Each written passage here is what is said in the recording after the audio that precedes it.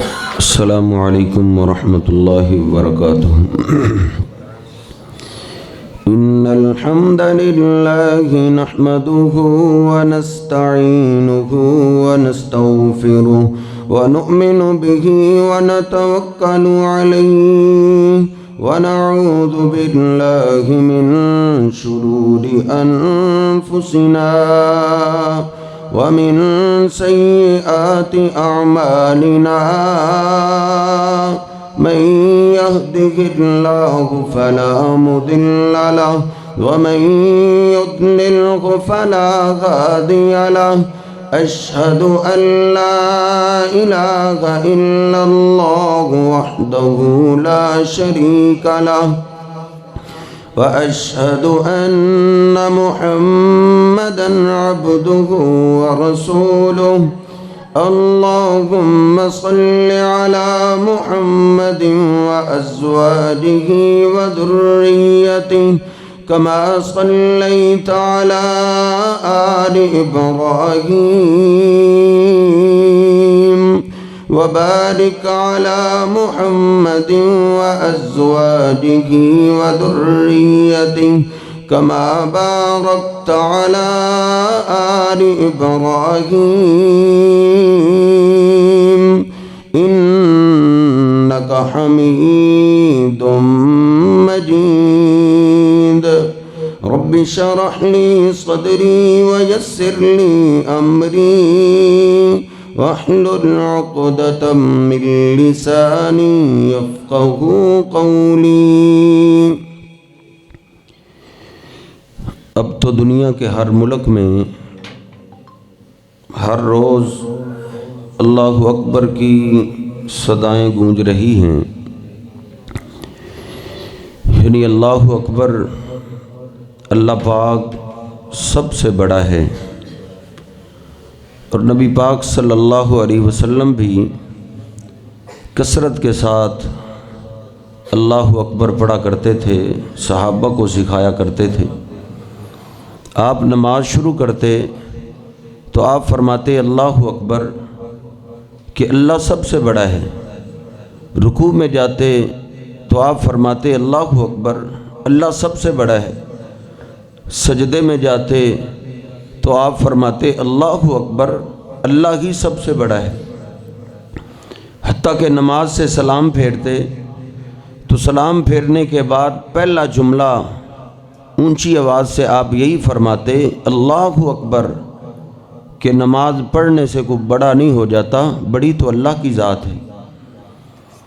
نبی پاک صلی اللہ علیہ وسلم اگر کہیں سفر پہ ہوتے، کہیں پہاڑی راستہ آ جاتا، صحابہ کہتے ہیں جیسے جیسے آپ اوپر چڑھتے جاتے اللہ اکبر پڑھتے جاتے کہ اوپر چڑھنے سے کوئی بڑا نہیں ہو جاتا، بڑی ذات تو اللہ پاک کی ہے، وہ اتنا بڑا ہے کہ اس کی بڑائی کا ہم اندازہ نہیں لگا سکتے، اس کی مخلوق بڑی ہے، بہت بڑی ہے، لیکن وہ اللہ تو سب سے بڑا ہے۔ ہماری آج کی سائنس بتاتی ہے کہ ہمارا سورج ہماری زمین سے 10 لاکھ گنا بڑا ہے، جو لاکھوں میل ہم سے دور ہے، اور یہ آپ جانتے ہیں جو چیز جتنی زیادہ دور ہوتی ہے اتنی کم نظر آتی ہے، جو ہماری زمین سے کئی گنا بڑا ہے وہ تو ہمیں ایک فٹ بال سا نظر آتا ہے، تو آسمان کتنا بڑا ہوگا جس کا کنارہ ہی نظر نہیں آتا۔ اللہ اکبر اللہ تو سب سے بڑا ہے۔ اللہ کی بڑائی کا ہم کیسے اندازہ لگا سکتے ہیں؟ سیدنا عبداللہ بن عباس رضی اللہ تعالیٰ عنہما فرماتے ہیں کہ اللہ پاک کی جو کرسی ہے وہ اللہ پاک کے قدم پاک رکھنے کی جگہ ہے، اور وہ کرسی اتنی بڑی ہے، اللہ کا قرآن کہتا ہے وَسِعَ كُرْسِيُّهُ السَّمَاوَاتِ وَالْأَرْضِ، لوگو اللہ پاک کی کرسی 7 آسمانوں اور 7 زمینوں سے بڑی ہے۔ اللہ اکبر، وہ اللہ پاک سب سے بڑی ذات ہے، اور وہ اللہ صرف ہم میں سے کسی ایک گھر کا نہیں، کسی ایک محلے، کسی شہر، کسی صوبے کا نہیں، کسی ایک ملک کا نہیں، بلکہ وہ اللہ پوری کائنات کا اکیلا نظام چلا رہا ہے۔ اور اللہ پاک کی بڑی بڑی مخلوقات ہیں، جن ہیں، فرشتے ہیں، انسان ہیں، انسانوں میں پھر اولیاء ہیں، پھر انبیاء ہیں، لیکن اللہ پاک کو اپنی مخلوقات میں سے سب سے زیادہ محبت اور پیار میرے اور آپ کے پیر و مرشد جناب محمد الرسول اللہ صلی اللہ علیہ وسلم کے ساتھ ہے۔ مختصر وقت کے اندر استاد محترم کی موجودگی میں آج کا صرف یہی سبق ہے کہ اللہ پاک کو سب سے زیادہ پیار ہمارے پیارے نبی سے ہے۔ اتنا پیار اللہ کو کسی سے نہیں، اور اس بات کو فرشتے بھی جانتے ہیں۔ معراج کی رات جبریل امین نبی پاک صلی اللہ علیہ وسلم کو لے کر بیت المقدس میں پہنچے۔ بیت المقدس لوگوں سے بھرا ہوا ہے۔ آپ نے پوچھا ہے جبریل یہ کون سے لوگ ہیں؟ کہا اللہ پاک نے آج اپنی قدرت سے تمام انبیاء اور رسولوں کو جمع کر دیا ہے۔ کس لیے جمع کیا ہے؟ کہا اللہ پاک نے ان کو 2 رکعت نماز پڑھنے کا حکم دیا ہے۔ کہا یہ پڑھ کیوں نہیں رہے؟ کہا ان کو اپنے امام کا انتظار ہے۔ کہا ان کا امام کون ہے؟ جبریل امین نے میرے پیر و مرشد کے ہاتھ سے پکڑا، کہا آقا یہ جماعت اگرچہ انبیاء کی کیوں نہیں، تمام انبیاء سے بھی بڑھ کے اگر اللہ کو محبت اور پیار ہے تو آپ سے ہے۔ جس جماعت میں آپ ہوں کوئی پیغمبر بھی مصلی امامت پہ نہیں آ سکتا۔ اللہ پاک کو سب سے زیادہ پیار میرے اور آپ کے آقا سے۔ نبی پاک صلی اللہ علیہ وسلم فرماتے ہیں آج اللہ کی دھرتی پہ ایک آسمان سے فرشتہ آیا ہے، لم ینزل الارض قط، آج تک اس نے اللہ کی زمین کو دیکھا نہیں تھا۔ آج اس نے اللہ سے اجازت مانگی ہے، اے اللہ مجھے بھی زمین پہ جانے کی اجازت دے دے۔ ہزاروں سال ہو گئے زمین بنی کو، آج تک اس نے اجازت نہیں مانگی، آج کیوں مانگ رہا ہے؟ کہتا ہے اللہ مجھے زمین پہ جانے کی اجازت دے، میں تیرے آخری محبوب پیغمبر کا دیدار بھی کرنا چاہتا ہوں اور ان کو سلام بھی کرنا چاہتا ہوں۔ اس فرشتے نے آسمانوں سے زمین تک کا سفر صرف میرے پیغمبر کو سلام کرنے کے لیے کیا۔ ایک فرشتہ تو نہیں، فرشتے تو بے شمار ہیں۔ بخاری شریف کھولیے، 7ویں آسمان پہ نبی پاک صلی اللہ علیہ وسلم کی ملاقات سیدنا ابراہیم علیہ السلام سے ہوئی۔ آپ فرماتے ہیں میں نے پھر بیت المعمور دیکھا، مجھے بتایا گیا یہ بھی اللہ کا گھر ہے۔ فرشتے اس گھر کا طواف کرتے ہیں، ہر روز 70,000 فرشتے طواف کر کے چلے جاتے ہیں۔ جو ایک دفعہ باہر نکل جائے قیامت تک دوبارہ اس کی باری نہیں آئے گی، اتنے فرشتے ہیں۔ اللہ کا قرآن کہتا ہے ان اللہ و ملائکتہ یصلون علی النبی، او کائنات کے لوگوں یہ آسمان کے سارے فرشتے اللہ کو خوش کرنے کے لیے اللہ کے آخری محبوب پیغمبر پہ درود پڑھتے رہتے ہیں۔ ان فرشتوں کو پتہ ہے اللہ پاک کو سب سے زیادہ محبت اور پیار کس سے؟ وہ اللہ کو خوش کرنے کے لیے میرے پیارے نبی پہ درود پڑھتے ہیں۔ لیکن اللہ کو تو انتظار ہمارے درود کا ہے نا، کہ میرے محبوب پیغمبر کا غلام کب درود پڑھے گا، اس کو کب موقع ملے گا، یہ میرے پیارے نبی پہ درود کب پڑھے گا۔ نبی پاک صلی اللہ علیہ وسلم فرماتے ہیں، مسلم شریف میں ہے، من صلی علیہ مرتن صلی اللہ علیہ 10 مرات، جو میرا غلام ہو کے مجھ پہ ایک بار درود پڑھتا ہے اللہ پاک اس پہ فوراً 10 رحمتیں نازل کرتا ہے۔ اللہ کو تو انتظار ہے ہمارے درود کا۔ فرشتوں نے تو جاننا ہی تھا، فرشتوں کے پاس تو آنا جانا تھا ہی۔ کبھی جبریل امین صبح آ رہے ہیں، کبھی شام آ رہے ہیں، کبھی دوپہر کو آ رہے ہیں، کبھی بدر کے میدان میں فرشتے اتر رہے ہیں۔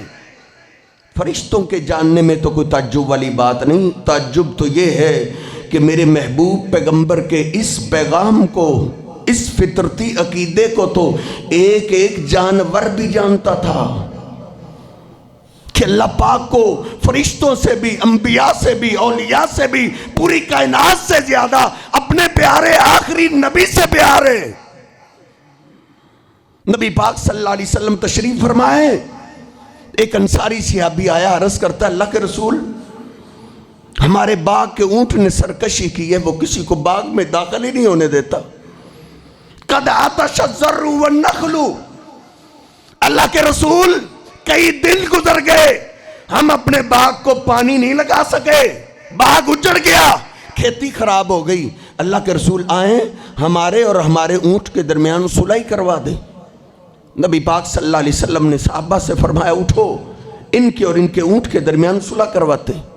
آپ آگے آگے، صحابہ ساتھ ہیں۔ نبی پاک صلی اللہ علیہ وسلم نے باغ کے دروازے پہ ہاتھ رکھا، ایک صحابی جلدی سے آگے بڑھا، عرض کرتا ہے اللہ کے رسول انا نخاف علیک صولتا، میرا دل کانپ رہا ہے۔ اللہ کے رسول اندر کوئی فرشتہ نہیں جو آپ کے مقام کو سمجھتا ہو، اندر کوئی انسان نہیں جو آپ کی شان کو جانتا ہو۔ اللہ کے رسول اندر ایک سرکش اونٹ ہے، اس کو کیا خبر آپ کا مقام کیا ہے، آپ کی عظمت کیا ہے۔ اللہ کے رسول مجھے خطرہ ہے کہیں اونٹ آپ کی گستاخی نہ کر بیٹھے۔ نبی پاک صلی اللہ علیہ وسلم فرماتے ہیں لیس علی منہ باس، تم پیچھے ہٹو، مجھے تو کوئی خطرہ نہیں۔ صحابی پیچھے ہٹے، نبی پاک صلی اللہ علیہ وسلم باغ میں انٹر ہوئے، اونٹ نے دور سے دیکھا، حملہ کرنے کے لیے بھاگ نکلا کہ لوگ آئے۔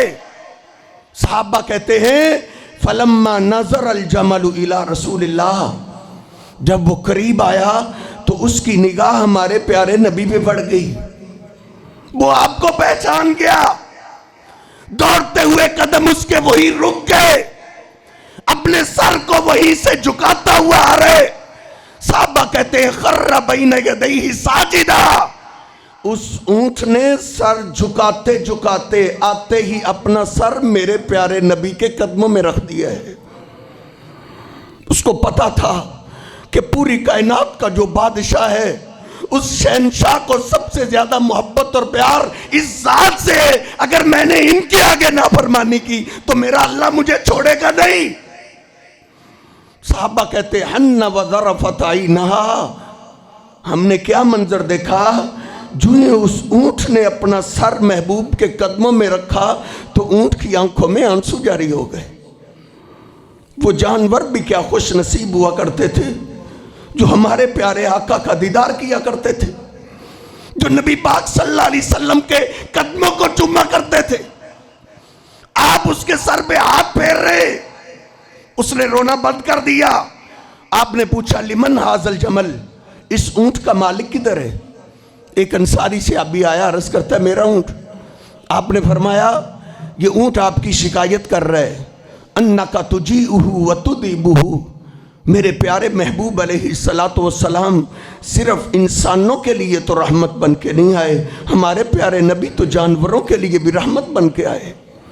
کہا یہ آپ کی شکایت کر رہے کہ آپ اس سے کام تو بہت لیتے ہیں لیکن اس کی خوراک کا خیال ہی نہیں رکھتے۔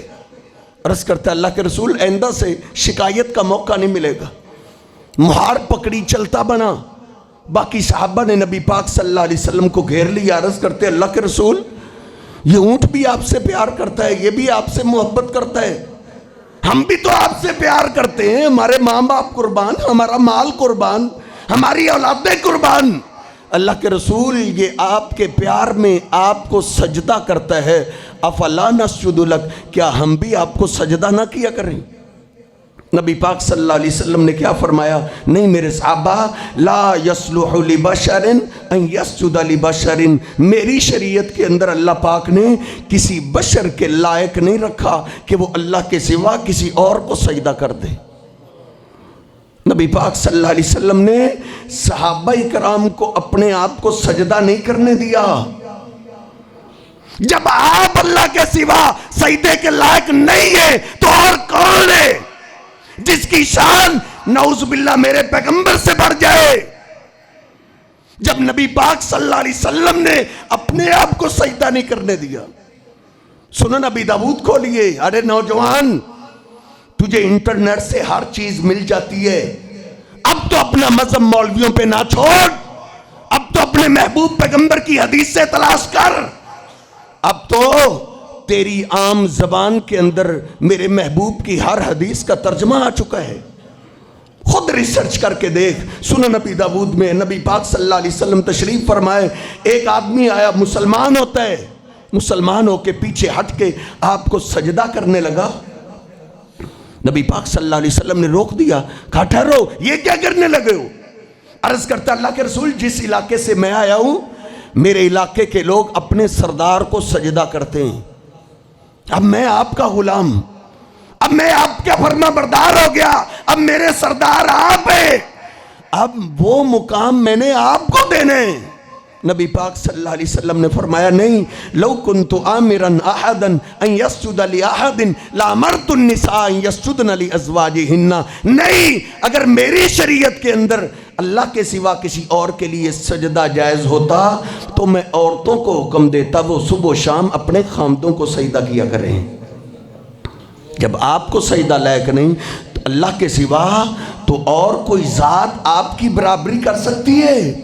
جن کا مقام اتنے, آپ فرماتے ہیں دو فرشتوں کو تو میں نے دیکھا ہے, ایک کے ہاتھ میں ترازو تھا, وہ زمین آسمان کے درمیان ٹھہر گیا, دوسرا میرے پاس آیا, اس نے مجھے اٹھایا, ترازو کے ایک پلڑے میں رکھا, دوسرے پلڑے کے اندر ایک آدمی کو رکھا گیا, میرا وزن بھاری, پھر 10 کے مقابلے میں تولا گیا, میرا وزن بھاری رہا. فرشتہ بولا زنہ بمیات, 100 کے مقابلے میں تولو, میرا وزن پھر بھی بھاری رہا. فرشتہ بولا زنہ بألف, ان کو 1000 کے مقابلے میں تولو. آقا فرماتے ہیں 1000 سے پلڑا بھر گیا, میرا پلڑا پھر بھی بھاری رہا. فرشتہ بول اٹھا, ارے ان کو کب تک تولو گے؟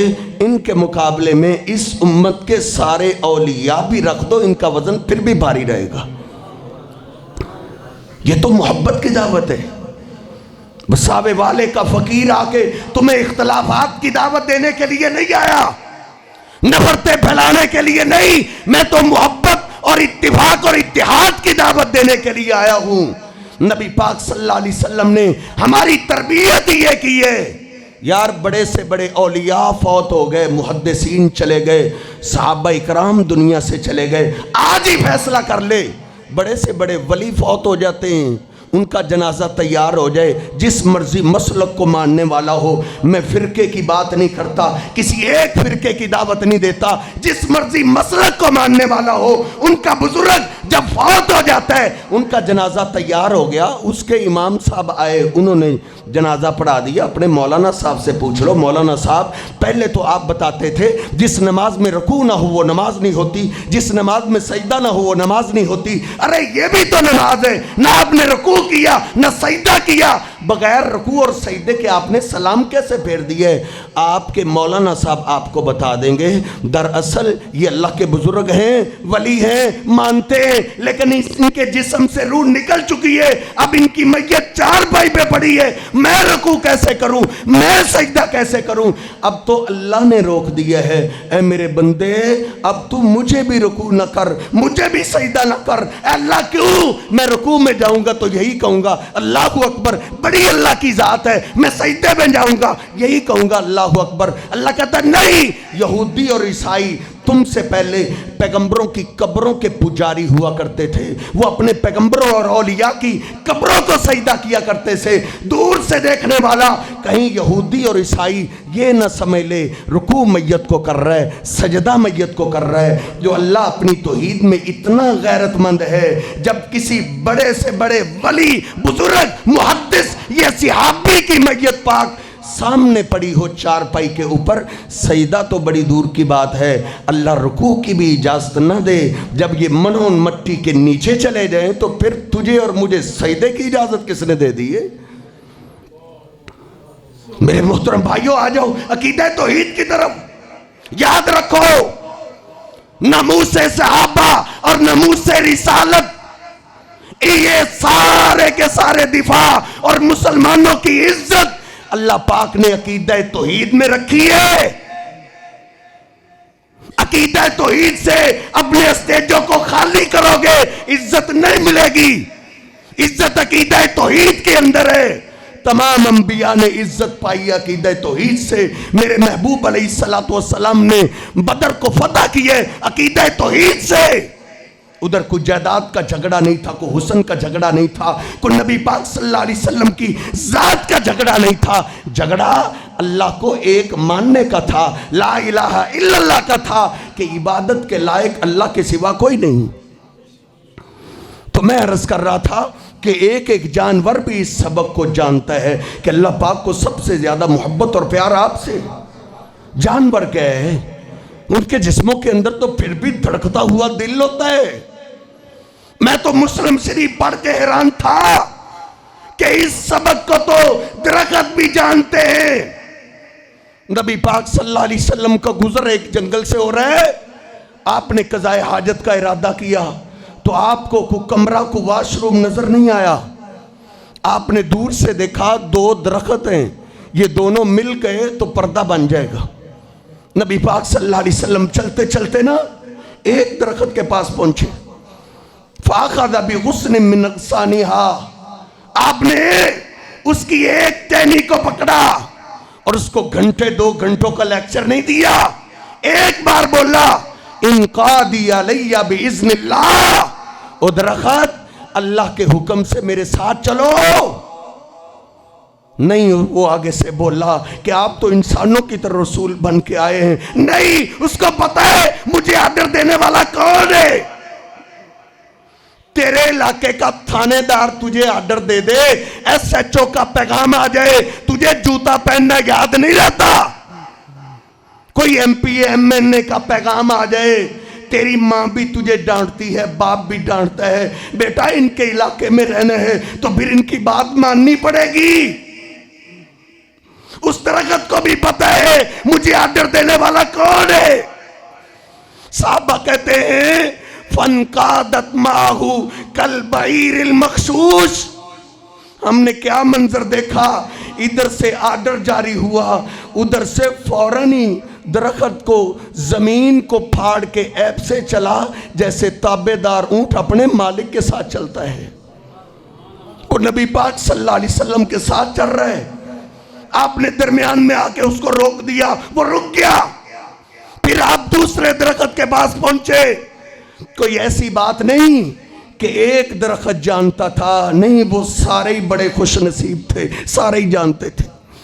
نبی پاک صلی اللہ علیہ وسلم دوسرے درخت کے پاس پہنچے، اس کی بھی ٹہنی کو پکڑا اور اس کو بھی ایک بار ہی بولا انقادی علی بِإِذْنِ اللَّهِ، وہ درخت اللہ کے حکم سے میرے ساتھ چلو۔ صحابہ کہتے ہیں تابع دار اونٹ کی طرح وہ درخت بھی آپ کے ساتھ چل پڑا۔ مجھے معاف کیجئے، وہ درخت تو آپ کا ایک آرڈر سن کے چل پڑے ہیں، لیکن میں اور آپ تو نہیں نہ چلے۔ ان کو تو ایک بار بولا گیا، مجھے اور آپ کو تو میرے محبوب ساری زندگی کہتے رہے۔ اور تم کاروبار میں بیٹھے ہو، اپنی دکان پہ بیٹھے ہو، اپنے بیوی بچوں میں بیٹھے ہو، تاش کے اڈے پہ بیٹھے ہو، حکے کی مجلس لگی ہوئی ہے۔ میرے محبوب پیغمبر کہتے رہے اللہ کے گھر سے اگر اذان کی آواز آ جائے ہر کام چھوڑ کے چلو مسجد کی طرف۔ آج تک میں نے اور آپ نے دوسروں کی فکر کی ہے، دوسروں پہ فتوے لگائے ہیں، فلاں گستاخ ہے، فلاں نہیں مانتا اور فلاں کا ایمان نہیں ہے۔ اور پہلے اپنے آپ کو تو دیکھ لے، میرا اور تیرا شمار کن لوگوں میں ہوتا ہے؟ نبی پاک صلی اللہ علیہ وسلم کے زمانے میں تو ایک بھی کلمہ پڑھنے والا بے نماز نہیں ہوتا تھا،